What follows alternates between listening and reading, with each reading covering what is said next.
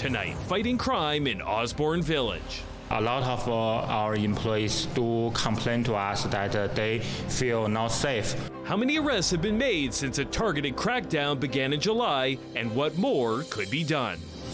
Also tonight, more than before. Certainly a concern, especially if you have inexperienced nurses working in a very high acuity patient care environment. What a new report says about how many agency nurses are staffing Manitoba hospitals and the risks involved.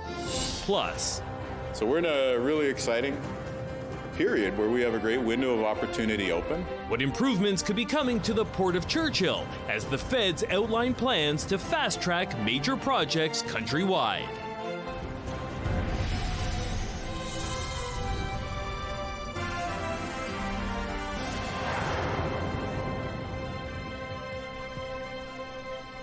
Good evening. Thanks for joining us. Marilee is away.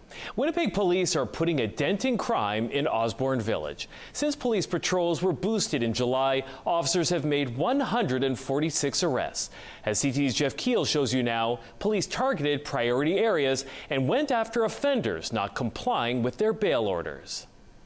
Bubble tea shop co-owner Yu So-he says crime is a problem in and around his Osborne Village business. A lot of our employees do complain to us that they feel not safe. For example, he says someone vandalized his storefront with a fire extinguisher and his tip jar is taped down because thieves have run away with the coins inside. Customers in the store will feel like threatened by these guys.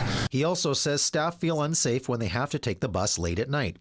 In response to businesses' concerns, the Winnipeg Police Service launched the Osborne Village Violent Crime Initiative in late July, where they increased patrols and drop-ins at businesses, as assaults in the area were up 44% this year. We have 30-plus officers in here today. Tomorrow it might be 20 officers. The next day it might be 40 officers. Results appear promising. A report to the police board shows between July 24th and September 1st, officers responded to 777 incidents and they made 146 arrests. The report says police increased their presence in priority zones to deter and respond to crime, and they focused on known offenders living in the area and checked to see if they were complying with the conditions of their bail. The Osborne Village Biz says the initiative has had a positive impact. Plus, they are calling for other measures like enhanced lighting and security infrastructure in public spaces and around businesses, access to mental health and addiction resources to address root causes of crime, regular communications with the police service, and support for community-led safety programs. As for Yu So-he, he would like to see the increased police patrols continue. Since July, it's been much more safer. Jeff Keel, CTV News, Winnipeg. CTV News reached out to the Winnipeg Police Service to see if the initiative will continue. We have not yet heard back. Meantime, a new poll suggests the overwhelming majority of Manitobans agree the bail system needs an overhaul. The survey by Probe Research shows 88% of respondents say the criminal code and bail system should be reformed to prevent people from reoffending. That includes 71% who strongly agree. The results were nearly uniform across all demographics and political affiliations. 1,000 Manitoba adults took part in the online survey between July 24th and August 11th. It couldn't be assigned a margin of error, though, as the respondents are Probe panel members and don't represent a truly random sample of the population. Health officials are warning about potential measles exposure at a Winnipeg school. The notification applies to anyone who is at Carpathia School in the River Heights area between 8 a.m. and 5:30 p.m. on September 3rd, 4th, 5th, and 8th. Anyone who may have been exposed is encouraged to check their immunization record and get the measles vaccine if they haven't already, and monitor for symptoms for about the next 3 weeks. Symptoms include a runny nose, fever, drowsiness, and red eyes before a blotchy red rash tends to develop. Measles is a highly contagious disease and can be fatal. Manitoba Hydro says the lights are coming back on in several northern communities earlier than expected. The Crown Utility says power is expected to be restored today for Marcel Colombe First Nation and Lynn Lake. Other communities, including Matthias Colombe Cree Nation, South Indian Lake, and Leaf Rapids, had theirs restored over the past few days. Hydro says the work is 2 to 4 weeks ahead of schedule, thanks to the work of hundreds of employees and contractors, as well as favorable weather and less fire activity. It adds more than 1,000 poles were damaged or destroyed so far this season, and the cost of the restoration effort is pegged at $32 million. Evacuees from Leaf Rapids won't be going home as soon as expected. Evacuees were originally scheduled to start returning as early as tomorrow morning. However, the town now says that's going to have to be pushed back so refrigerators and food can be replaced. It says the decision was made in consultation with residents and town administration. Provincial representatives are scheduled to meet with evacuees tomorrow at 10 a.m. at Mama Way Wellness. Shuttles are being arranged so evacuees can attend. Manitoba nurses and nurse practitioners are turning to private agencies for a better work-life balance and safer working conditions, and that could be impacting patient safety. CTV's Daniel Halmerson explains. More nurses than ever before are working for private agencies in the province. That's according to a recent report from the College of Registered Nurses of Manitoba, showing 1,610 nurses opted to work for private agencies in 2024. The number one finding, with very few exceptions, really was that people were seeking, greater work-life balance, the ability to have more flexibility in managing their schedule. Agency nurses commonly work in emergency rooms, general medicine wards, and long-term care settings, filling gaps in the public sector, especially in rural and remote areas. The report says while agency work does help address staff shortages, the college warns of risks to patient safety and healthcare system stability. Emergency rooms as a setting for agency nursing is new, and that's certainly a concern, especially if you have inexperienced nurses working in a very high acuity patient care environment. The opposition Tories health critic says this report reveals nursing practices in Manitoba are heading in the wrong direction. It points to an increasing reliance on agency nursing, and it states that the primary reason for that is a shortage of acceptable working conditions in the public system, and that's what should make the minister's ears perk up. The provincial government has come up with solutions like the provincial travel nurse team in order to attract more nurses with pay and perks to fill shifts. But the head of the Manitoba Nurses Union says the NDP government isn't adequately funding or resourcing the team. They put their application in and then they hear nothing for 4 months. So we have gone to the government and we have advocated very loud and very clear that we need that team resourced to be able to onboard those individuals very quickly. Daniel Halmerson, CTV News, Winnipeg. The Manitoba government has issued a request for proposals to cap the number of agency contracts and improve oversight. And earlier this year, the College of Registered Nurses introduced new guidelines for agency practice. Now, that includes requiring nurses to have at least 2,015 hours of experience in a Canadian healthcare setting before they can take on agency work. CTV News has reached out to the health minister, but we haven't heard back. A major expansion to the Port of Churchill is among the list of projects under consideration for the federal government's major projects legislation. We'll advance projects that turbocharge and connect our regional economies, as well as our economy to the world. According to the feds, the plan will include an all-weather road, upgraded rail line, a new energy corridor, and an ice-breaking strategy. The aim is to expand exports, with particular focus on diversifying trade with Europe. Manitoba Premier Wab Kinew says there is a lot of work to be done and consultations to do first, but this is a very significant moment for our province. To see our federal government in Canada talk about Manitoba having a potential project of national importance. I don't know if we've had that since Manitoba entered Confederation, or perhaps since the railroads were constructed. So we're in a really exciting period where we have a great window of opportunity open. There is not yet a timeline for the Churchill Port project, but the Prime Minister has said that once a project is fast-tracked, final approval should be granted within 2 years. Meantime, First Nations chiefs in Manitoba are calling out Ottawa for not including people from the province on a panel tasked with advising on major infrastructure projects. The council is made up of 11 Indigenous people from across the country, with Lauren Peltier of the Manitoba Métis Federation being the only one from Manitoba. Any industry that wants to come into Manitoba, they will have to meet with First Nations leadership. There is nobody that is going to come into Manitoba and attempt to build any major project without speaking to First Nations. The Southern Chiefs organization added it's troubling that no one from one of the southern communities is part of the advisory council, given Winnipeg has Canada's largest urban Indigenous population. A teenager is recovering after a collision between a van and a school bus Wednesday afternoon. It happened on Kessler Road near Langley Bay in the Fairfield Park neighborhood around 3:30 p.m. Police say the 17-year-old behind the wheel of the van was taken to hospital in unstable condition, but has since been upgraded to stable.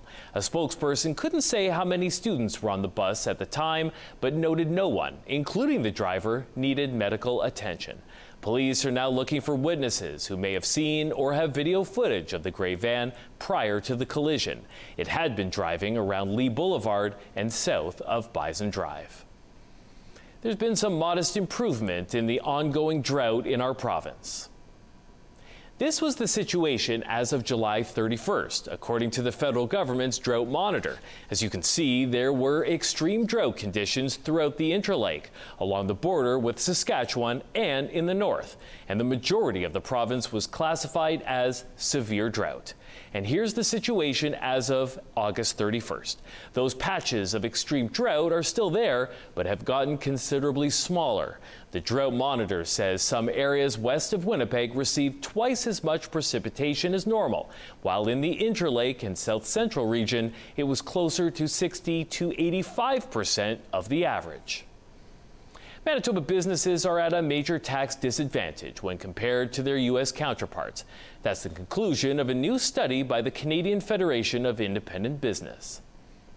The report found small businesses with 4 employees in our province pay 20% more in income taxes than similar-sized businesses in the United States. Here, businesses pay roughly $46,000 in total taxes a year, whereas it's only $36,000 in nearby North Dakota.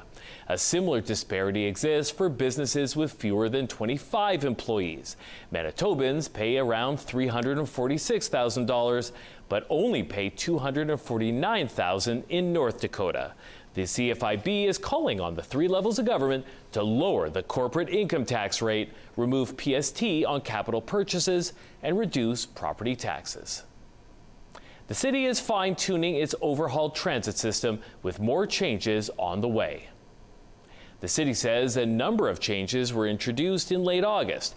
They include relocating 6 stops, adding Bendy Bus to the Pembina-Henderson Highway route to reduce crowding, and tweaking some schedules along the Ellis, Sargent, and Notre Dame.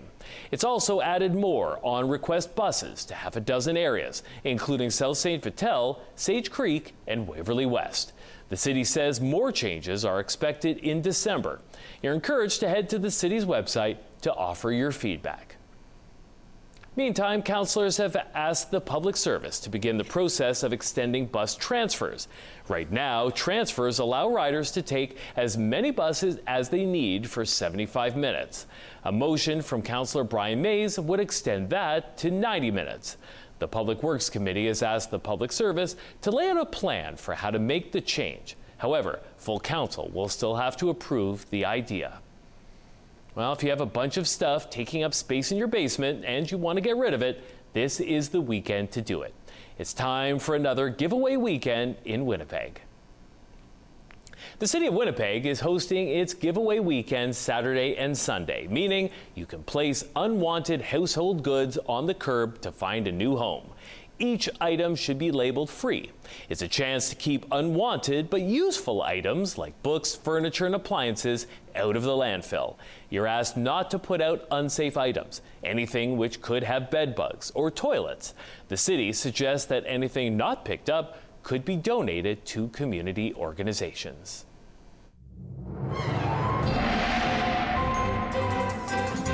CTV Skywatch weather brought to you by South Beach Casino and Resort. Visit southbeachcasino.ca. casting our eye to the sky, looking to be a gray finish to this Thursday. And no, we're not totally done with the rainfall just yet. I'll have the details in a moment, but right now it's 19 degrees, southeasterly winds at 18 kilometers per hour, pressures on the rise, humidity at 84%. The Bathfitter Live Eye is brought to you by Bathfitter, your bath and shower experts for more than 40 years.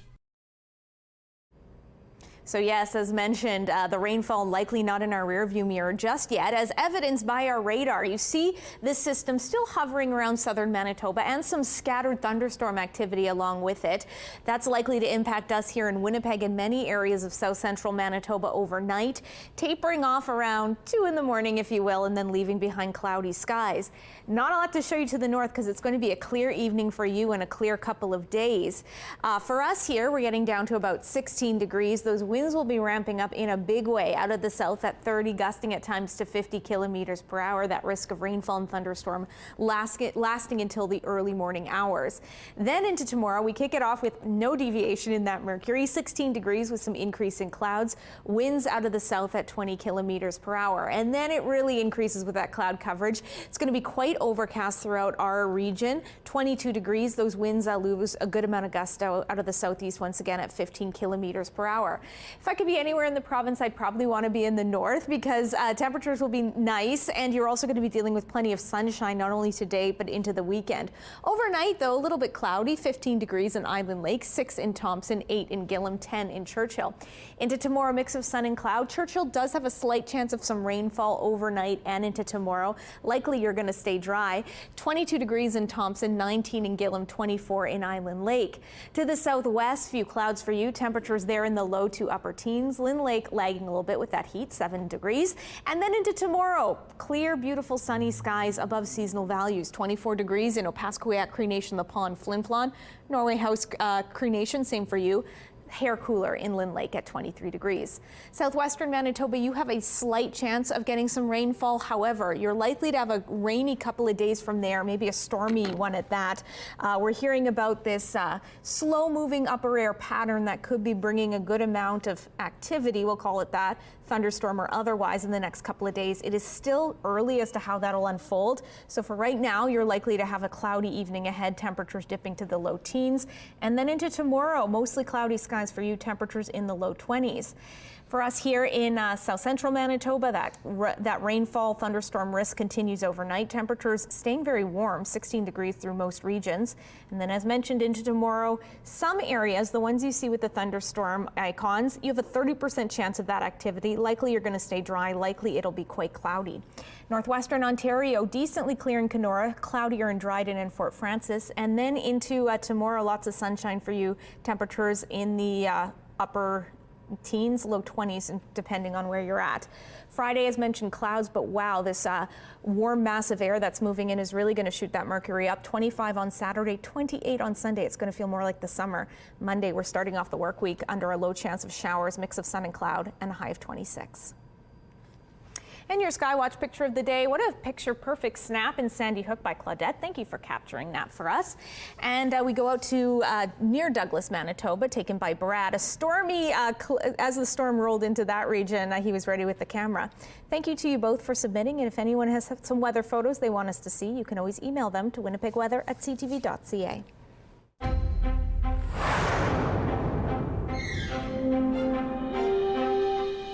There was a sharp rise in emergency room visits for pneumonia last year, especially among kids. The number of trips to the ER for pneumonia more than doubled last fall over the previous year, according to the Canadian Institute for Health Information. People between the ages of 5 and 19 were the hardest hit. In 2023-2024, pneumonia didn't crack the top 10 list of reasons for a trip to the ER. But in 2024-25, it shot up to number 3. Many of these patients suffered from walking pneumonia, which has milder symptoms, but in some cases can be severe. New data from the CDC shows the death rate stateside returned to pre-pandemic levels in 2024. COVID-19 quickly became the third leading cause of death in the U.S. in the first 2 years of the pandemic, pushing the death rate to a peak of 880 deaths for every 100,000 people in 2021. It's since fallen to its lowest rate since 2019. Heart disease and cancer remain the leading causes of death, accounting for 40% of all deaths. A new UNICEF report has found more school-aged children and adolescents are now obese than underweight. Researchers say obesity exceeds underweight in all regions of the world except sub-Saharan Africa and South Asia. The highest rates of obesity are seen in some Pacific Island nations, Chile, and the United States and the United Arab Emirates. Researchers noted in high-income countries, children from poorer households were more likely to be overweight, likely due to unhealthy diets. However, in low-income countries, it was the opposite.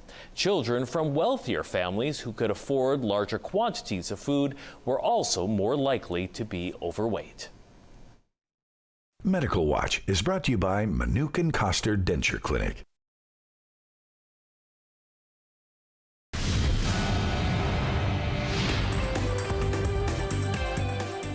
Spotlight, sponsored by the Casinos of Winnipeg, presenting Led Zepp again, the premier tribute.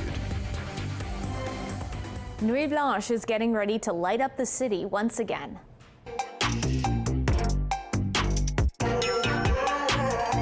Each year, as part of Culture Manitoba, artists bring some exciting and bright art installations to the streets of Winnipeg. This year, one of the featured attractions is called Flux. It's a 7 meters tall and 13 meters across light installation created by a tech studio from Poland. Nuit Blanche Winnipeg is on Saturday, September 27th, and will be spread out in 4 areas of the city: the Exchange District, downtown, St. Boniface, and the Forks. All of the zones will be connected with free City of Winnipeg shuttle buses. Folklorama is long over, but you'll soon have another opportunity to enjoy some German beer, food, and music. Yes, Oktoberfest 2025 is just around the corner. Now, this is the second year for the Downtown Street Party, and with the help of Devil May Care Brewing and Pyramid Cabaret, Fort Street will be transformed into a German-style beer garden. There will be traditional German beer, food, and tunes over the 2-day event. Oktoberfest runs from 4 p.m. until midnight on Fort Street between York and St. Mary Avenues, which will be shut down to traffic that day. On Sunday, the event runs from noon until 9, and admission is free. Of course, the Winnipeg Folk Festival is an annual summer event, but soon you'll be able to enjoy the music from the festival all year long. Catch up to you, darling, I'll be fine. Folkfest is launching its 2025 city concert series called Folk in the City. It's year-round programming that will be in venues all across Winnipeg. You'll be able to see shows by past folk festival performers and new artists as well. It all gets underway on Monday, September 15th, with Noah Reid at the Burton Cummings Theatre. For more info on all the artists taking part in the Folk in the City concert series, you can check out the Winnipeg Folk Festival's website. Exciting news for fans of The Amazing Race Canada ahead of next week's season 11 finale. Let's do this, baby. Careful. This is history. CTV has confirmed season 12 will be going ahead next year. Casting details have yet to be announced, but you can expect another group of Canadians to take to the land, air, and sea in another country-spanning epic adventure in 2026. The announcement comes ahead of the season 11 finale, which will air Tuesday at 9 p.m. right here on CTV, CTV.ca, the CTV app, and streaming on Crave the following day. Women's clothing provided by RW & Company. Salon services provided by S&T Spa Salon. That'll do it for this special edition of CTV News. You can watch our news online anytime at ctvnewswinnipeg.ca. Remember to join us for CTV News at 11:30. Good night.